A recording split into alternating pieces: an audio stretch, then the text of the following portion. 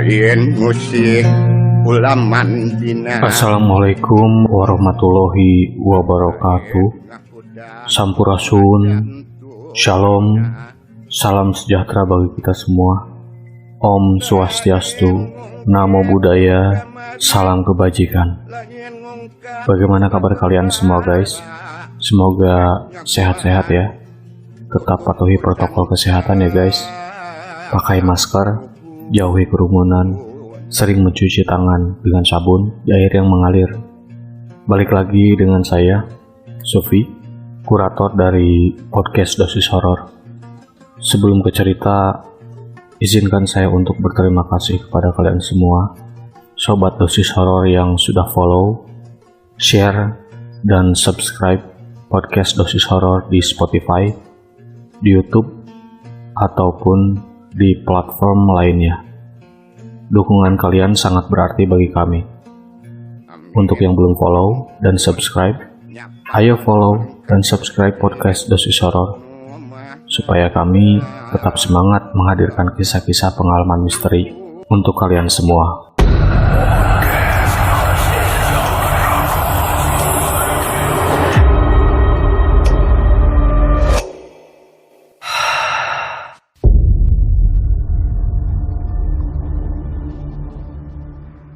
Episode sebelumnya. Bunyi dedaunan beradu di pohon yang berada di dekatku. Perlahan ku menoleh ke atas pohon. Nyari saya. Ternyata sosok yang menyerupai Mas Karno ada di sana, sedang duduk di salah satu dahan pohon sambil melotot ke arahku. Sontak aku pun berlari ke dalam rumah sakit, lalu terdiam diri di lobi. Cukup lama aku berdiri di sana, sampai tiba-tiba perut ini terasa sakit, ingin buang air besar. Kenapa harus sekarang sih? Bersambung.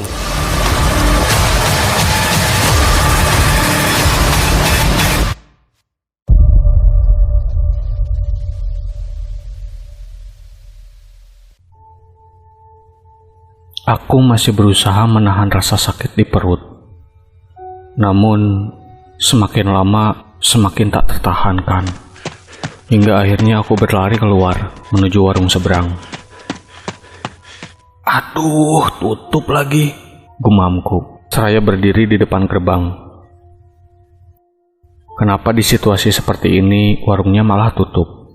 Kini terpaksa harus buang air besar di toilet rumah sakit. Dengan langkah cepat, aku menuju toilet di dekat lobi utama. Posisinya di pojok, tak jauh dari ruang IGD.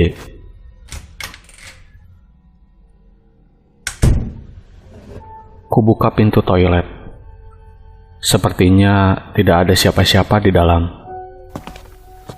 Lalu aku berjalan mendekati bilik toilet.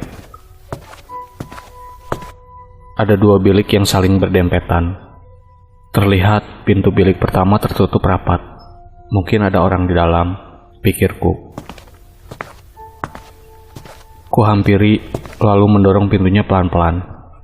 Ternyata terkunci. Berarti benar, ada orang di dalam. Jadi aku harus memakai toilet di sampingnya. Sambil buang air besar, aku bersenandung untuk menghilangkan rasa takut. Namun, tiba-tiba di toilet samping terdengar juga orang yang bersenandung. Yang membuatku heran bukan suara pria, melainkan wanita. Perasaan ini toilet laki-laki deh, pikirku, seraya menempelkan telinga ke tembok pembatas toilet, memastikan suara yang kudengar itu benar-benar suara wanita. Terdengar suara pintu toilet yang terbuka. Dua ketukan cepat terdengar di pintu toiletku, cukup membuatku kaget. Mas, jangan suka ngintip, ucap suara wanita di balik pintu. Saya nggak ngintip, Mbak, sahutku. Tadi apa nempel-nempelin telinga ke tembok? Bagaimana dia bisa tahu? Itu pertanyaan yang langsung muncul di benakku. Belum sempat bertanya, dia malah berkata, Kalau saya intip balik gimana? Tanyanya. Kutatap area terbuka di bagian bawah pintu. Terlihat kaki wanita tersebut kotor dan pucat, tanpa alas kaki. Aku mulai curiga. Mas, Panggilnya. Kini suaranya terasa dekat. Mas, di sini. Spontan ku menatap ke atas pintu. Kepalanya muncul di sana. Mita. Dia tersenyum sambil menatapku yang masih buang hajat. Wah! Teriakku kaget, lalu menundukkan kepala seraya membaca doa di dalam hati. Tak lama suaranya menghilang. Buru-buru aku menyelesaikan buang air besar. Kemudian berdiri di balik pintu toilet. Kret. Ku buka pintu sedikit, lalu mengintip keluar. Sepertinya Mita sudah benar-benar pergi. Posisiku kini sudah menempel dengan pintu, bersiap untuk lari keluar. 1, 2, 3. Aku menghitung dalam hati kemudian berlari keluar toilet. Aku kembali berteriak saat melihat seorang pria sedang berdiri di depan toilet. Kepalanya diperban melingkar. Terlihat sedikit noda berwarna merah. Pria itu pun kaget saat ku berteriak. Dia sampai melebarkan kedua bola matanya. "Ada apa, Mas?" tanyanya. Nggak ada apa-apa," balasku. "Mas, ruang IGD di mana ya?" tanyanya lagi. Aku mengamati pria itu dari ujung kaki sampai kepala. Kemudian melihat jam yang melingkar di tangan. Pukul 11 malam. Jam segini ada pasien nyasar, pikirku. "IGD, mari saya antar, Mas," ucapku. Dia pun tersenyum. Kemudian kami berjalan menuju ruang IGD yang sebenarnya tidak begitu jauh. "Itu, Mas," ucapku sambil menunjuk ruang IGD yang sudah ada di depan mata. "Makasih ya, Mas." Dia kembali mengurai senyum, lalu berjalan menuju ruang IGD. Sementara aku berbelok menuju lobi.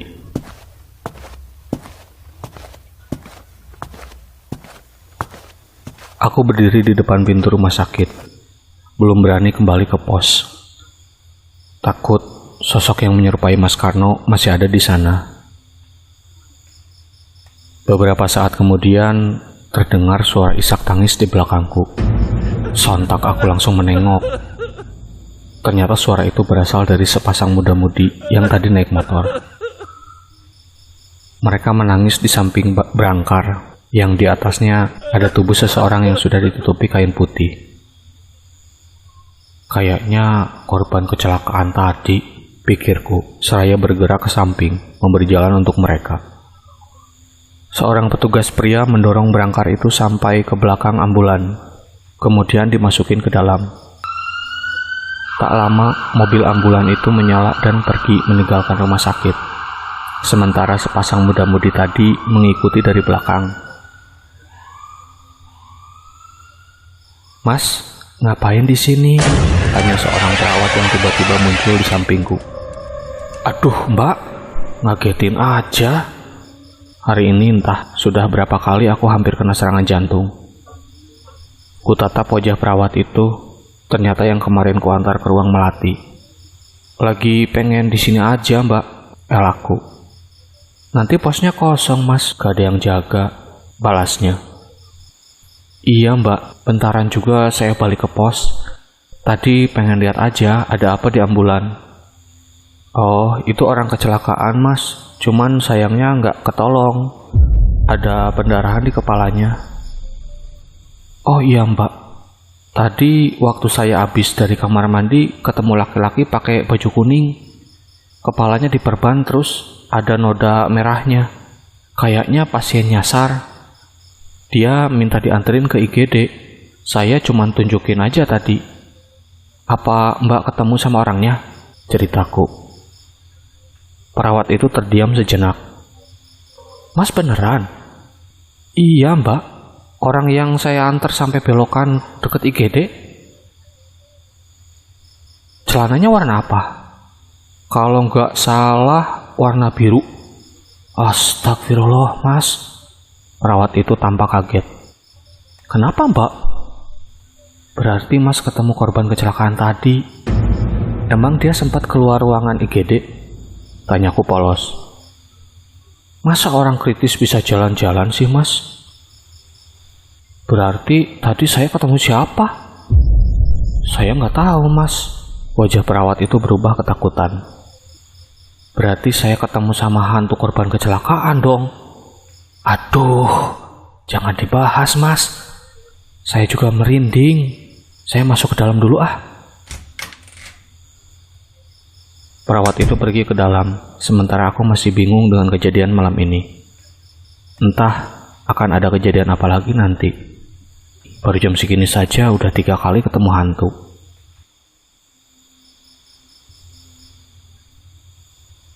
Pikiranku melayang, terus memikirkan rangkaian kejadian hari ini. Kenapa hantu penunggu rumah sakit ini kian menunjukkan eksistensinya? Apa gara-gara aku sedang jaga sendirian? Padahal sebelumnya pun pernah jaga sendirian, namun gangguannya tidak se ekstrim ini. Apalagi sekarang baru memasuki tengah malam. Entah apalagi yang akan muncul nantinya. Ketika sedang asik melamun, tiba-tiba tercium bau busuk, tanda kehadiran Mita. Dengan gegas aku masuk ke dalam lobi, duduk di kursi depan resepsionis yang kosong, hingga tak tercium lagi bau busuk itu. Cukup lama aku duduk di sana, sembari mengedarkan pandangan, mengamati lobi yang terlihat kosong. Lagi-lagi tercium bau busuk, aku pun berdiri, sambil berpikir harus pergi kemana lagi ya, untuk mencari tempat aman dari Mita.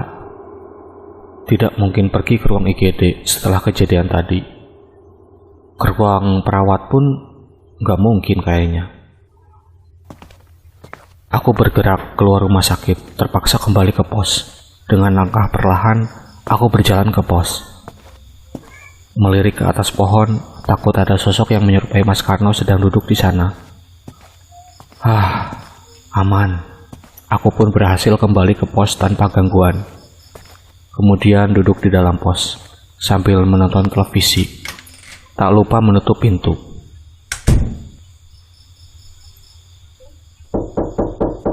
Spontan ku menoleh ke arah pintu. Jelas sekali tadi ada yang mengetuk pintu. Ku ambil remote televisi lalu mengecilkan volumenya. 3 ketukan cepat kembali terdengar, membuatku bangkit dari duduk dan berdiri. Masih belum mau mendekati pintu. "Siapa?" tanyaku, namun tak ada jawaban. Perlahan aku berjalan mendekati jendela, bermaksud ingin melihat siapa yang mengetuk pintu. Teriakku saat melihat jendela, ada wajah Mas Karno yang pucat pasi di hadapan. "Mas, tolong jangan ganggu."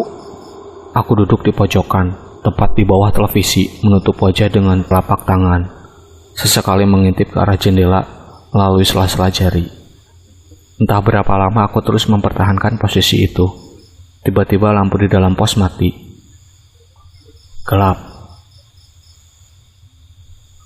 Ku buka mata, kembali melihat ke arah jendela. Terlihat lampu di luar terang benderang. Berarti yang mati hanya di dalam pos saja, pikirku. Dengan gegas aku bangkit dan berjalan ke arah pintu.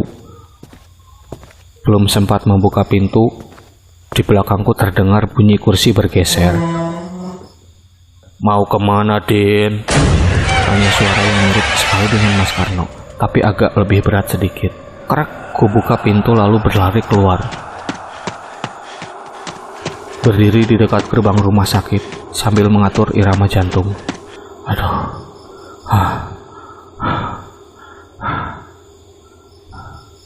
Ada apa dengan malam ini? Aku kembali bertanya-tanya dalam hati. Jalanan depan rumah sakit terlihat sepi. Jarang sekali ada kendaraan yang lewat. Kulihat jam di tangan. Sudah pukul 1 pagi. Masih 4 jam lagi, gerutuku. Entah kenapa waktu berjalan begitu lambat. Hampir 1 jam aku berdiri di dekat gerbang. Kaki ini sudah terasa pegal dan sedikit lemas. Perut pun mulai keroncongan dan haus. Kuedarkan pandangan mengamati area dekat gerbang. Tak ada satupun yang buka. Bahkan penjual martabak yang biasanya masih berjualan sampai pukul 2 pagi pun tidak ada. Dengan tenaga yang tersisa, aku berlari ke depan pos sambil mengambil kursi. Kemudian ditaruh di dekat gerbang.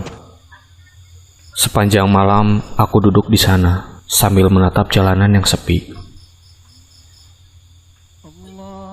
Tak terasa, azan subuh berkumandang.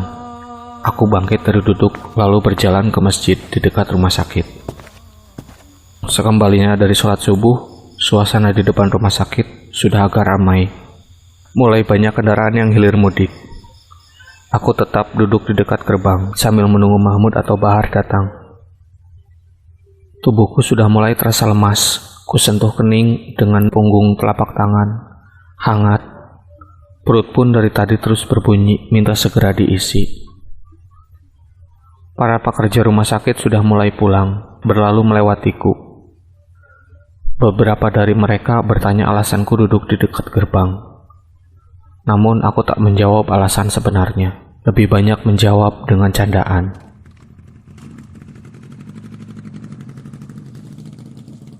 "Ngapain lu duduk di sini, Din?" tanya Bahar yang baru saja datang. "Iseng aja," sahutku. Bahar berlalu dengan motornya menuju tempat parkir. Aku pun bangkit sambil membawa kursi ke pos, kemudian duduk di depan pos. Tak lama, Bahar sudah kembali dari parkiran. "Lu kenapa, Din?" tanyanya. "Emang kenapa, Har? Muka lu pucat bener. Sakit?" "Agak puyeng nih, ditambah lapar juga.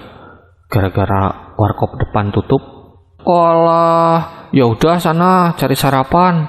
Habis itu balik terus tidur." Aku pun berjalan ke depan rumah sakit. Terlihat ada pedagang bubur ayam yang sudah mangkal.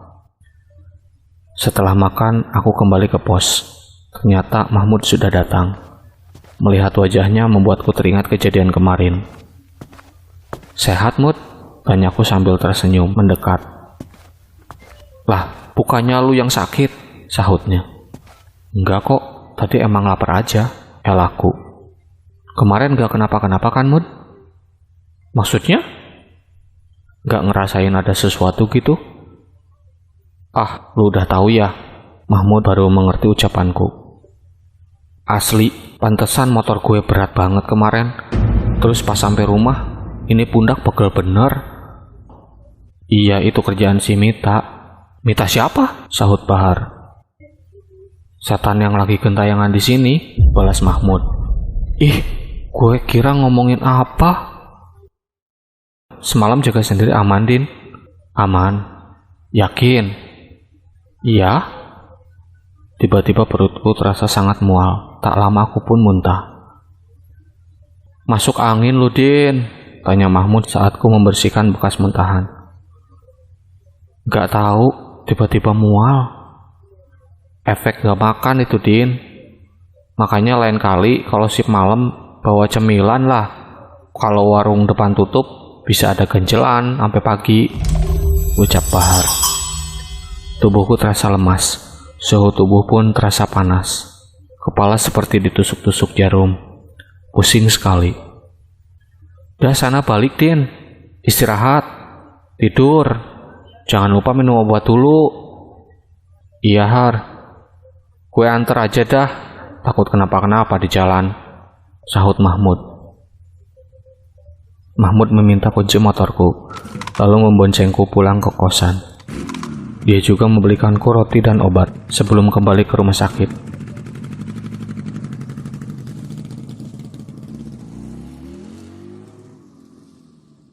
Entah efek obat atau kepalaku yang memang sudah sangat berat. Baru beberapa saat berbaring, aku sudah tidur.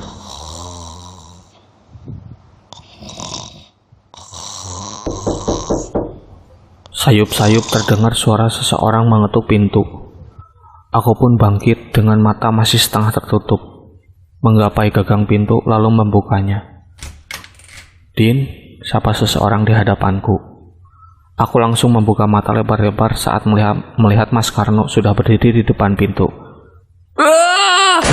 Teriakku seraya membanting pintu. Bersambung.